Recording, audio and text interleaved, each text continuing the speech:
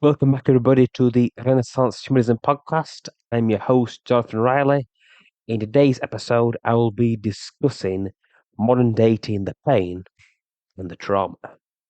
The sexual revolution has destroyed dating. There's no such thing as courtship, which has led to the death of romance because people learn everything about one another online through the dating apps, through social media, before they even meet in person. So by the time you get to dating stages, there's nothing to communicate about.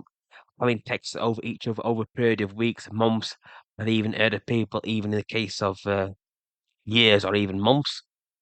All that's left to do this stage, then, if you know everything about the other person, what you need to know about within this stage, all you got left is to have sex because there's nothing left to discuss. But and to learn about this new person, you are getting to know unless you are willing to spend 2 years. You can't really get to know anybody anymore unless you're willing to spend 2 years trying to get to know somebody, building intimacy without any sexual relations. This will mean putting in emotional labour tests to get know somebody, going through understanding of each other, understanding each other's childhood traumas, uh, and therefore developing love through their psychology of the person who they actually are, but actually getting to know them. Because we're trying to get to know somebody, you gotta get to know somebody who they actually are, and for that it can take years. That's why meeting somebody's parents can often be vital as well, because the parents give you a good idea of the actual woman or the man's personality, and to understand their ethics and where they come from.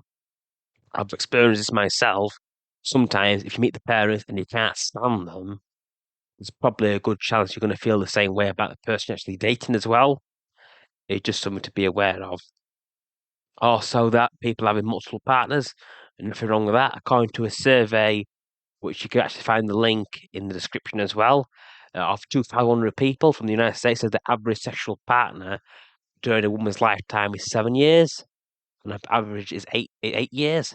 But that statistic could actually be lied to as well, because women typically don't boast about how many sexual partners they have, or women and men tend to say they've had more than they actually have. So the chances are that the women have actually had more sexual partners than the man's had fewer, depending on the nature of the sample as well, especially in modern dating, because I've seen the statistics now where it's been 50% of men have had sex in the last few years, which is really something to be aware of as well. Sex is also no longer sacred. People live together before getting married. There's reduced the importance of the institution of marriage as well. We are telling our boyfriends, girlfriends, before we even get married, before we even have children, that I'm going to try you out, I'm going to test you out, I'm going to see everything works properly, like that, like they're a car, so you're dehumanizing them as well. And also you're saying to somebody, I'm going to try you out. If it doesn't work out, I'll give you 2 years. If not, I'll find somebody else. Um, Again, this is killing dating, killing romance. Dating apps are also making relationships like going on Amazon shopping basket. And also that there's been the gamification of dating as well. The apps like Tinder, where it's like a slot machine because you get like these like flowers or bubble things. It make a sound that you got a match, and it's making it more like a gaming, more of addiction thing. It's like slot machines, and then the dating environment as well gives the illusion that you've got endless choice between men and women. You say tonight, if you're a man, I'm going to have Kelly. If you're a woman, I'm going to have Kev. And that's just making people more dehumanizing.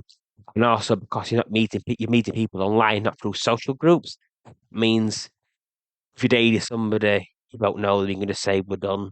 You never see them again, or you never even text a message or anything like that. You can just ghost them, disappear as if it's died.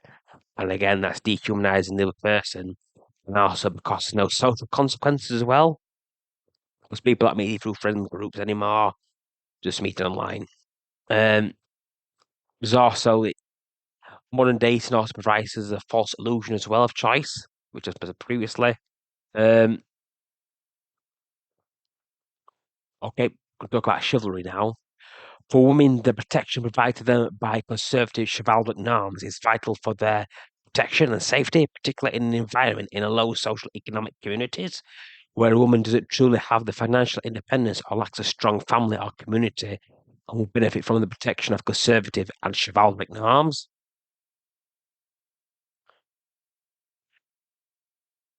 If you are going to on a dating app inside a university city, if you open up the dating app from the university itself, you'll notice you go farther and farther and farther out of the university, there's an increase of 18 to 25-year-old women who are single mothers with children.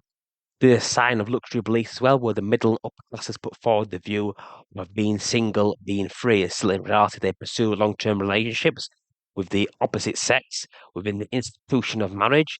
It is ultimate case of saying one thing and doing another. But in the poorer peoples and working class families that perceive this lifestyle as being optimal, as being the best, but it's not truly based in reality.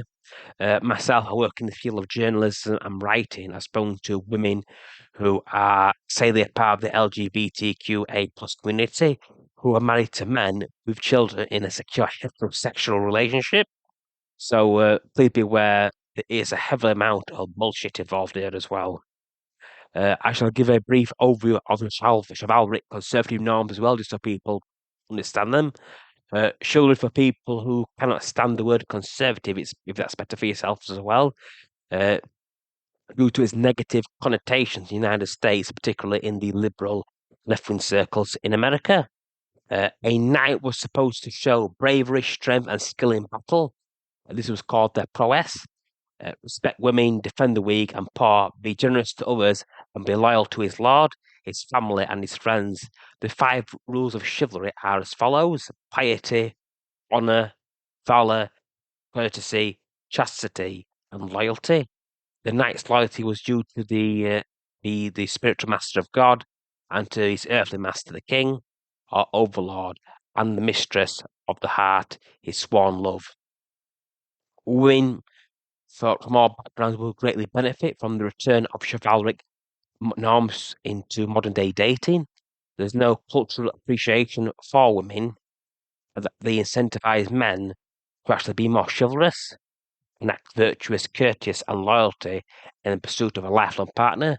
Women set the bar for male sexual behavior within the sexual marketplace. If a man has to be at the right place at the right time at 3 a.m. in the morning, he'll meet that minimum standard by being at the bar. But with that stated, men are also responsible for their own behaviors as well, just as women are. And it is the man and the woman's behavior over many decades since the sexual revolution in 1960s was led to the current state of dating and its current climate. Because again, we're all responsible for our own choices and behaviors. Thank you for listening to this podcast. I hope you find it enjoyable. Please don't forget to subscribe and peace out.